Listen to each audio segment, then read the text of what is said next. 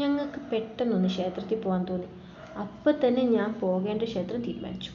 കുറച്ച് കാലമായി ഞാൻ ഈ ക്ഷേത്രത്തിൽ പോകണം എന്ന് ആഗ്രഹിക്കുന്നു. എന്ന് വെച്ചാൽ പാലക്കാട് നിന്ന് കോയമ്പത്തൂർ പോകുമ്പോൾ എപ്പോഴും ഈ ക്ഷേത്രം കാണും. അപ്പോൾ എനിക്ക് പോകണമെന്ന് ഭയങ്കര ആഗ്രഹമായിരുന്നു. ഞാനൊരു ദിവസം എൻ്റെ കെട്ടിയവൻ്റെ അടുത്ത് പറഞ്ഞു ഈ അമ്പലത്തിൽ എനിക്ക് പോകണമെന്ന്. അപ്പോൾ മൂപ്പരോട് പറഞ്ഞു എന്നാൽ ശരി നമുക്ക് ഇന്ന് പോവാം എന്നും പറഞ്ഞിട്ട് ഞങ്ങൾ ഇന്നൊന്ന് ഇറങ്ങിയതാണ്. പക്ഷെ ഞാൻ വെറുതെ ഒന്ന് പോവാന്ന് പറഞ്ഞതാണ്. പക്ഷെ അതിൻ്റെ ഉള്ളിലേക്ക് പോയപ്പോൾ സത്യമായിട്ടും എനിക്ക് എന്തോ ഒരു പ്രത്യേക ഫീലായിരുന്നു. എന്തോ ഒരു ഫ്രഷ് ഫീല്, അതേപോലെ മനസ്സിന് ഭയങ്കര ഒരു ശാന്തത. ഈ നന്ദി രൂപം എനിക്ക് എന്താ പറയുക, നമ്മൾ ക്യാമറയിൽ ഇത് ഒതുങ്ങണൊരു ഫോട്ടോ അല്ല. ഒന്ന് ഫോട്ടോ എടുക്കാമെന്ന് വെച്ചാൽ ഈ നന്ദീൻ്റെ രൂപം നമുക്ക് ഫിനിഷിങ്ങാ കിട്ടില്ല.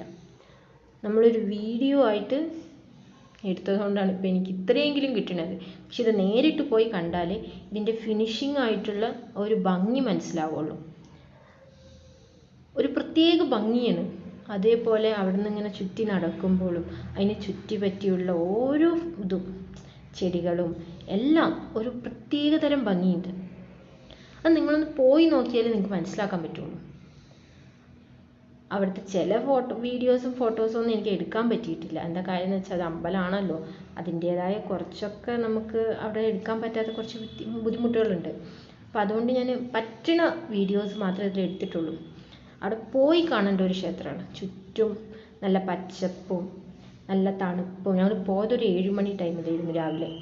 അതുകൊണ്ടാണ് തോന്നുന്നു ഒരു നല്ലൊരു തണുത്ത ക്ലൈമറ്റും നല്ല പച്ചപ്പും നല്ല സൈലൻറ്റ് ഭാഗമായിരുന്നു അത്.